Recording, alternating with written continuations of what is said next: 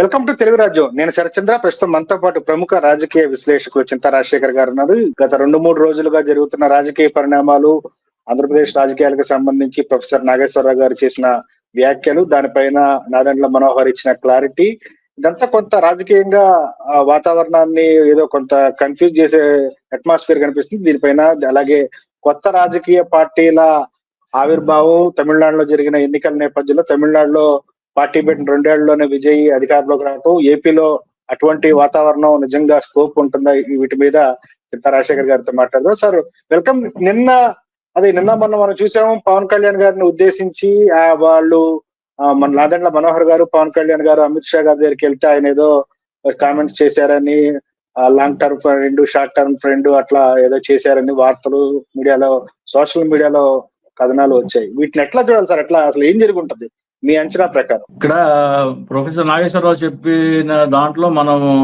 ఎటువంటి అనుమానాలు, ఎటువంటి దీనికి తావు ఉండదండి. ఆయన చాలా నిష్పక్షపాతమైన, నిర్మోహమాటమైన, ధైర్యవంతుడైన అనలిస్ట్. దాంట్లో ఆయనకి తన మన భేదం ఏమీ లేదు.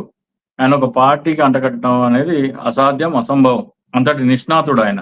సో ఇక్కడ ఆయన ఏమన్నారంటే, పవన్ కళ్యాణ్, మనోహర్ గారు వెళ్ళి అమిత్ షాని కలిసినప్పుడు, అమిత్ షా జగన్మోహన్ రెడ్డి గారిని జైల్లో వేయాలి, మా మీద తీవ్రమైన ఒత్తిడి ఉంది అని వాళ్ళు చెప్పినట్టు, దానికి అమిత్ షా తెలుగుదేశంకి వైసీపీకి వైరుధ్యం ఉంటే మీకెందుకు బాధ, Telugu Desam short term friend, long term friend ఏమో జగన్మోహన్ రెడ్డి అని చెప్పినట్టు,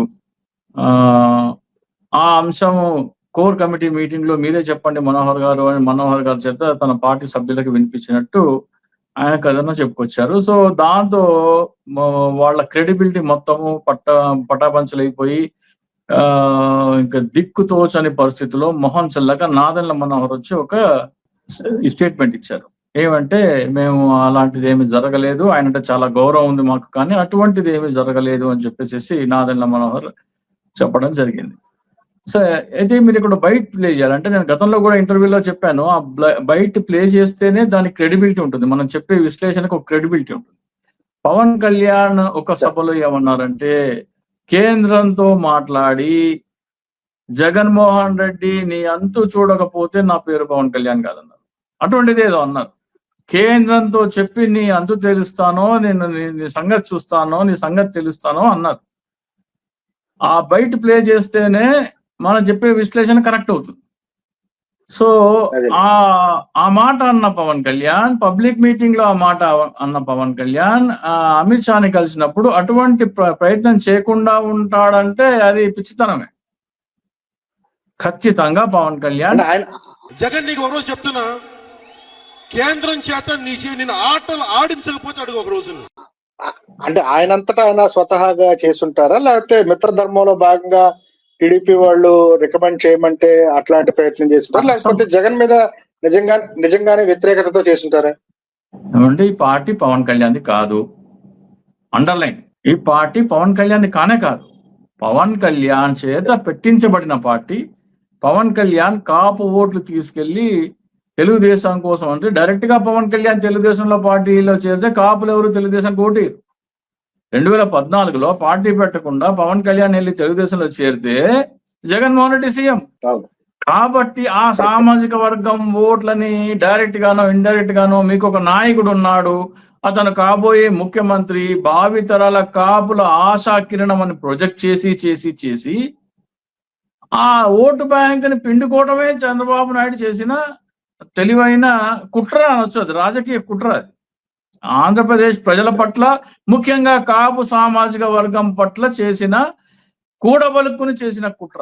వీళ్ళు ఏ స్థాయిలో కుట్రలు పన్నారంటే, ఒకానొక దశలో పవన్ కళ్యాణ్ విడిగా పోటీ చేస్తుంటే కూడా పవన్ కళ్యాణ్ కి ఆదరణ లభించలేదని కూడబలుక్కుని, అలగా జనం, సంకర జాతి జనం అని బాలకృష్ణ చేత తిట్టించారు. మా బ్లడ్ వేరు, మా బ్రీడ్ వేరు, మీ అన్నకి చేత కాదు రాజకీయం అని తిట్టించారు. ఇవన్నీ కూడబలుక్కుని చేసినవే. ఎందుకని? కాపుల్లో ఆవేశాలు వచ్చేసేసి వాళ్ళందరూ పవన్ కళ్యాణ్ పక్కన ర్యాలీ అయితే విపక్ష ఓటు చీలి జగన్మోహన్ రెడ్డి ఓడిపోవడం కోసం చేసిన కుట్ర. అందులో భాగంగానే కూడబలుక్కుని పవన్ కళ్యాణ్ తల్లిని కూడా తిట్టించుకున్నారు. ప్రతి మీటింగ్ లో పవన్ కళ్యాణ్ చెప్పేది ఒకటే, మమ్మల్ని అలగా జనం, సంకర జాతి జనం అన్నారు, మీకు రోషన్ లేదా, పౌరుషం లేదా, మా తల్లిని తిట్టారు. అంటే ఏంటి? కాపుల్లో ఆవేశకాలు రెచ్చగొట్టి వారి ఓటు చీల్చి చంద్రబాబు నాయుడు ముఖ్యమంత్రి చేయడమే 2019లో కుట్ర. ఇప్పుడు 2024లో పవన్ కళ్యాణ్ ఏదో సక్సెస్ అయిపోయాడు, పవన్ కళ్యాణ్ వల్ల ఓటు బ్యాంక్ మొత్తం మారిపోయింది, పవన్ కళ్యాణ్ వల్లే కూటమి గెలిచింది, 100% సైకెట్, ఇదంతా సొల్లు. నేను నమ్మను. 100% ఈవీఎం మాయా. 100% 2024లో ఈవీఎంల ద్వారా జగన్మోహన్ రెడ్డి గారిని ఓడించారు. జగన్మోహన్ రెడ్డి గారికి 105 నుంచి 110 స్థానాలు రావాలి, 100 నుంచి 110 స్థానాల మధ్యలో రావాలి. ఆయన ఓడిపోయే పరిపాలన అయితే ప్రజలకు అందించలేదు, అందులో ఎటువంటి అనుమానం లేదు. అంటే ఈవీఎం అంటే ఈవీఎం మొత్తం ఎలక్షన్ కమిషన్ కేంద్రం చేతిలో ఉంటుంది. అప్పుడు కేంద్రాన్ని ఆ బాధ్యత వహించాల్సి ఉంటుంది. మీరు ఈవీఎంలో నిజంగా అట్లా నిర్మమాటంగా దాంట్లో డౌట్ ఏముంది? బోల్డ్ అని. ఇప్పుడు ఈ రోజున పరకాల ప్రభాకర్ గారు వచ్చి ఎన్నికలు అయిపోయిన 2 సంవత్సరాల తర్వాత వచ్చి 1 నిమిషానికి 20 ఓట్లు ఎలా పడతాయి అది ఇది అని మాట్లాడుతున్నారు. ఈ అంశాలు ఓట్ ఫర్ డెమోక్రసీ ఇచ్చిన డేటాను ఆధారంగా మాట్లాడుతున్నారు. మేము ఆ డేటాను ఆధారంగా 2024 ఎన్నికలైన నెల రోజుల తర్వాతే మాట్లాడాం. దయచేసి మా వీడియోలు వెనక్కి వెళ్ళి చూస్తే ఈవీఎం ట్యాంపరింగ్ చింతా రాజశేఖర్ అని కొడితే 2024 జూలై, ఆగస్టు, సెప్టెంబర్, అక్టోబర్ నెలలో కోకొల్లలుగా మీకు వీడియోలు బయటపడతాయి. ఫామ్ 20 120 రోజుల తర్వాత ఎప్పుడు బయట పెట్టారు? చింతా రాజశేఖర్ వచ్చి మీడియాలో ఫామ్ 20 బయట పెట్టే దమ్ము ధైర్యం లేదా? ఫామ్ 20 బయట పెడితే బతుకు బస్ స్టాండే అని ఇంటర్వ్యూలు చేసిన తర్వాత ఫామ్ 20 బయట పెట్టారు. 120 రోజుల తర్వాత 24 hours లో బయట పెట్టాల్సిన ఫామ్ 20 120 రోజుల తర్వాత బయట పెట్టారు. సో రాబోయే ఎన్నికల్లో ఒకటే, జగన్మోహన్ రెడ్డి అయినా, చంద్రబాబు నాయుడు అయినా, లేకపోతే ఏదైనా సరే, ఆంధ్రప్రదేశ్ లో రాబోయే ఎన్నికల్లో ఒకటి, బీజేపీతో పొత్తు పెట్టుకుని అధికారంలోకి రా, లేకపోతే విపక్షంలో కూర్చో. ఈ short term, long term friend Pawan Kalyan కి అమిత్ షా, పవన్ కళ్యాణ్ ఆంధ్రప్రదేశ్ ప్రజలే కమెడియన్ గా చూస్తారు. ఆంధ్రప్రదేశ్ రాష్ట్రంలో ఒకప్పుడు కేఏ పాల్ పొలిటికల్ కమెడియన్ అయితే ఆయనని మించిన పొలిటికల్ కమెడియన్ పవన్ కళ్యాణ్. ఆయన ఆంధ్రప్రదేశ్ ప్రజలే సీరియస్ గా తీసుకోవట్లేదు. కాపు సామాజిక వర్గమే ఈ రోజున వీడియోలు చేస్తున్నారు, మొహం మీద ఉమ్మేసుకుంటున్నారు, నిన్ను నమ్ముకుని చేతగాని నాయకుడిని నమ్ముకున్నామని మదన పడుతున్నారు. ఆయన ఓటు బ్యాంకే ఆయన సీరియస్ గా తీసుకున్నప్పుడు అమిత్ షా ఎందుకు సీరియస్ గా తీసుకుంటారు?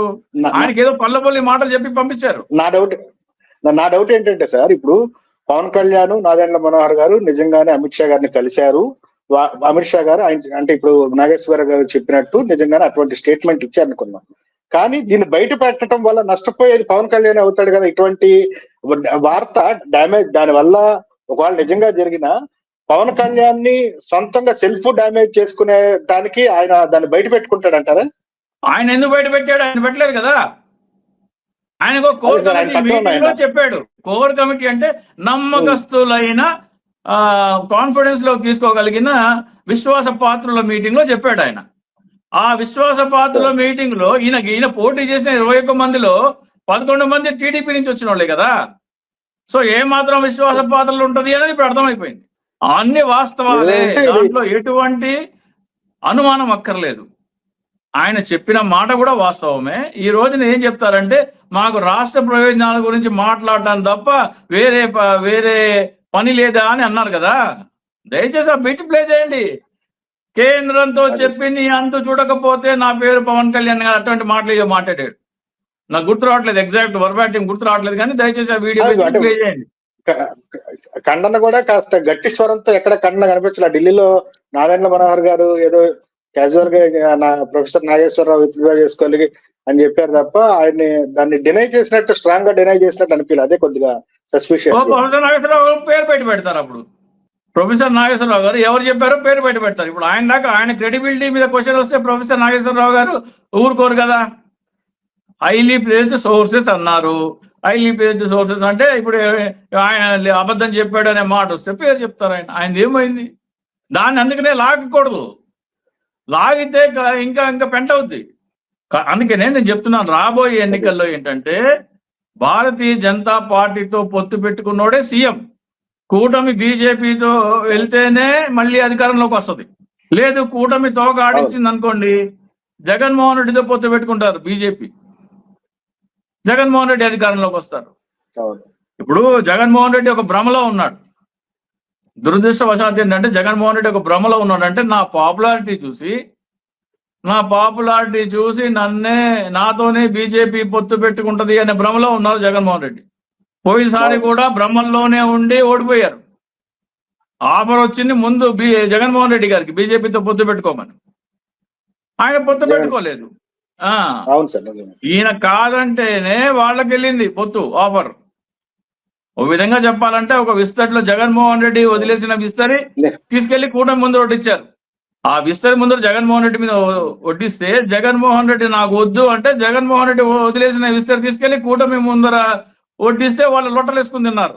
ఈసారి కూడా జగన్మోహన్ రెడ్డి భ్రమంలో ఉంటే కూటమి కంటిన్యూ అవుతుంది. జగన్మోహన్ రెడ్డి ఎన్నికల్లో గెలవడు. అంటే బీజేపీతో పొత్తు పెట్టుకొని ఈవీఎం ట్యాంపరింగ్ తో గెలిస్తే కరెక్టా, ఇది ప్రజాస్వామ్యానికి వ్యతిరేకమా అనే ప్రశ్న ఉత్పన్నమవ్వచ్చు మీకు కానీ ఆంధ్రప్రదేశ్ రాష్ట్ర ప్రజలకు కానీ. చేతులు ముడుచు కూర్చుంటే బ్యాలెట్ పేపర్ ఎన్నిక లేకపోతే ఈవీఎం ట్యాంపరింగ్ ఖచ్చితం. బ్యాలెట్ పేపర్ ఎన్నికలు ఉంటే తప్ప ప్రజాస్వామ్యబద్ధమైన ఎన్నికలు జరగవు. ప్రజాస్వామ్యబద్ధమైన ఎన్నికలు జరగాలంటే బ్యాలెట్ పేపర్ రావాలి. బ్యాలెట్ పేపర్ రావాలంటే ఆంధ్రప్రదేశ్ ప్రజలు లేకపోతే భారతదేశ ప్రజలు చేతులు ముడుచుకుని కూర్చుంటే అది రాదు. చేతులు ముడుచు కూర్చొని ఈవీఎం ద్వారా ఓడిచ్చారని అదెవరో ఏడుస్తారంటారే, భర్త చనిపోతే ఆడవాళ్ళు ఏడ్చినట్టు నన్ను వదిలేసిపోయావు అని ఏడ్చి గొల్లును ఏడుస్తారు ఎన్నికల ఫలితాలు వచ్చిన తర్వాత. అట్లాంటి ఏడుపులు ఏడిస్తే ఫలితం ఉండదు. బ్యాలెట్ పేపర్ తెచ్చుకోవడం ప్రతి పౌరుడి బాధ్యత. అది జగన్మోహన్ రెడ్డి బాధ్యత కాదు. జగన్మోహన్ రెడ్డి బాధ్యత, రాహుల్ గాంధీ బాధ్యత కానే కాదు. అది ప్రజాస్వామ్యము అంటే ప్రజలే స్వాములుగా ఉన్న దేశము. నీ ప్రజాస్వామ్యంలో నీ ప్రాథమిక హక్కు ఏంటి? ఓటు. ఆ ఓటే దొంగలించబడుతున్నప్పుడు నువ్వు మౌనంగా ఉంటే ప్రజాస్వామ్యం లేదు. పోయిన ఎన్నికల ఫలితాలే మళ్ళీ 29లో రిపీట్ అవుతాయి. ఇదే కూటమి కంటిన్యూ అవుతే కూటమి గెలుస్తుంది. జగన్మోహన్ రెడ్డితో పొత్తులు పెట్టుకుంటే జగన్మోహన్ రెడ్డి గెలుస్తారు. లేదు మాకు ప్రజాస్వామ్యబద్ధంగా ఎన్నికలు కావాలంటే బ్యాలెట్ పేపర్ ఎన్నికల కోసం పోటీ చేయాలి. కూటమిని బలహీనం చేయటం ద్వారా రాజకీయంగా బలపడే ప్రయత్నాల్లో భాగంగానే ఇటువంటి ప్రచారాలు తెర మీదకి వచ్చినాయి అనుకోవచ్చు కదా. అంటే కూటమి మీరు చెప్తున్నారు, కూటమి కలిసి ఉంటే వైసీపీకి అనుకూలంగా ఫలితాలు వచ్చే అవకాశం ఉండదని మీరే అంటున్నారు. సో కూటమిని చేల్చడం లేదా కూటమిని బలహీనం చేసే ప్రక్రియలో భాగంగా ఈ తరహా ప్రొఫెసర్ నాగేశ్వర గారు లాంటి వాళ్ళు చేసిన ప్రకటనలు అనుకోవచ్చు కదా. అట్లాంటి అవకాశం ఉండదా? ఏమండి, దయచేసి ప్రొఫెసర్ నాగేశ్వరరావు ఆయన పొలిటికల్ అనలిస్టులు అందరికీ ఒక దేవుళ్ళు అంటాడు, ఒక మార్గదర్శకుడు. దేవుడు అనొద్దులే కానీ ఒక మార్గదర్శకుడు.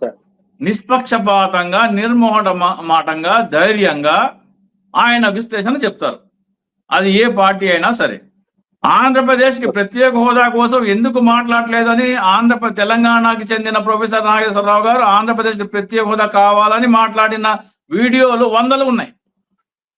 సో దయచేసి ఆయన నిజాయితీని దయచేసి శంకించొద్దు ఇక్కడ. దానికి అందుకనే చెప్తున్నాను, పవన్ కళ్యాణ్ వీడియో బయట మీరు ప్లే చేస్తే అవన్నీ పటాపంచలవుతాయి. పవన్ కళ్యాణ్ కేంద్రంతో చెప్పి అంతు చూస్తా అని చెప్పిన వీడియోనే పవన్ కళ్యాణ్ వెళ్ళి అమిత్ షాని అడుగుతాడు అనే దానికి సాక్ష్యం. అది దాన్ని రూఢి చేస్తుంది. అవి రెండు కలిపి చూస్తేనే మీకు క్లారిటీ వస్తుంది. ప్రజల ముందరే నీ అంతు చూస్తాను కేంద్రంతో చెప్పి, చిన్నప్పుడు స్కూల్లో పిల్లలు పోట్లాడుకుంటే మా నాన్నతో చెప్పి నీ సంగతి తెలుస్తాను అన్నట్టు ఎల్కేజీ పిల్లలు చాక్లెట్ లాక్కున్నాడు, పెన్సిల్ లాక్కున్నాడు అంటే ఏం చెప్తారు? మా నాన్నకి చెప్పి నీ సంగతి తెలుస్తా అంటారు. అట్లా అదే పవన్ కళ్యాణ్ చేసింది. అలా చేసినవాడు పబ్లిక్ మీటింగ్ లో మాట్లాడినవాడు అమిత్ షా దగ్గరికి వెళ్ళి అడగకుండా ఉంటాడని దయచేసి మీరు ఊహించుకోవద్దు. కూటమిలో గొడవలంటే ఇప్పుడు జగన్మోహన్ రెడ్డి గారు ఏ భ్రమలో ఉన్నారంటే కూటమి పనితీరు బాగాలేదు, జగన్మోహన్ రెడ్డి పాపులారిటీ బాగా పెరిగిపోయింది కాబట్టి కూటమితో పొత్తు తెంచుకొని మాతో పొత్తు పెట్టుకుంటుందనే భ్రమలో జగన్మోహన్ రెడ్డి ఉన్నారు. ఆ భ్రమలలోనే 2024లో ఓడిపోయారు. భ్రమలు కాదు, కూటమి అద్భుతమైన కార్యాచరణ చేసింది అనుకోండి. రేపొద్దున్న ఈ నెలలోనో వచ్చే నెలలోనో లేకపోతే మహానాడులోనో నారా లోకేష్ కి పగ్గాలు అప్పచెప్తే నారా లోకేష్ అద్భుతమైన కార్యాచరణతో 3 సంవత్సరాలు పరిపాలించారు అనుకోండి, కొత్త కొత్త ఆలోచనలతో, కొత్త కొత్త పథకాలతో ప్రజలని ఉత్తేజపరిచి నమ్మకం కలిగించే కార్యాచరణ లోకేష్ చేపడితే ప్రజాదరణ కూటమి వైపు టిల్ట్ అవుతుంది. అప్పుడు ఏం చేస్తాడు జగన్మోహన్ రెడ్డి? బంద్ చేస్తాడా? అంటే వీళ్ళని ఓటేయరు అనే ధీమాలో ఎందుకున్నారో అంతకంటే రాజకీయ అపరిపక్వత, మాకు ఇప్పుడు ప్రజాదరణ ఉంది మేమే గెలుస్తాము అనే ఒక భావన, అంతకంటే రాజకీయ చేతగానితనము, రాజకీయ అపరిపక్వత ఇంకొకటి లేదు. ఈ రోజున్న పరిస్థితి ఎన్నికల వారం రోజులు, నెల రోజులు ముందర డిసైడ్ అవుతుంది. ఆ లోపల ఏదైనా జరగవచ్చు. కాబట్టి జగన్మోహన్ రెడ్డి 2 నిర్ధారించుకోవాలి. నాకు ప్రజల ఓటు నిష్పక్షపాతంగా నాకే పడాలనుకుంటే బ్యాలెట్ పేపర్ కోసం పోరాడాలి, బ్యాలెట్ పేపర్ తీసుకురావడం కోసం పోరాడాలి. తెలుగుదేశం కూడా పోరాడాలి. జగన్మోహన్ రెడ్డితో పొత్తు పెట్టుకుంటే మా బతుకు బస్ స్టాండ్ అయిపోతుంది అని. ఎందుకంటే వాళ్ళు ఎలా గెలిచారో వాళ్ళకి తెలుసు. ఈసారి జగన్మోహన్ రెడ్డితో పొత్తు పెట్టుకుంటే అమిత్ షా అన్నట్టు లాంగ్ టర్మ్ ఫ్రెండ్ తో వెళ్తే మా బతుకు బస్ స్టాండ్ కాబట్టి అటువంటి అవకాశం ఇవ్వకుండా, ఈవీఎంలు లేకుండా టీడీపీ పోరాడాలి. మళ్ళీ కూటమి కంటిన్యూ అవుతే నా బతుకు బస్ స్టాండ్ అవుతుంది, జగన్మోహన్ రెడ్డి పోరాడాలి. ప్రజాస్వామ్యబద్ధంగా ఎన్నికలు జరగాలంటే ఇరు పార్టీలు ఈవీఎం ఎన్నికల కోసం పోరాడాలి. Thank you sir, thank you so much. Hello, Telugu రాజ్యం ఛానల్ చూస్తున్నారా? సామాజిక, రాజకీయ, జీవన చిత్రణే తెలుగు రాజ్యం. అతిశయోక్తులు, అసత్యాలు ఉండవు. రాజకీయ కోణం కాదు, ప్రజా కోణమే కొలబద్ద. తెలుగు రాజ్యం వీక్షణ మీ ఉత్తమ అభిరుచికి నిదర్శనం.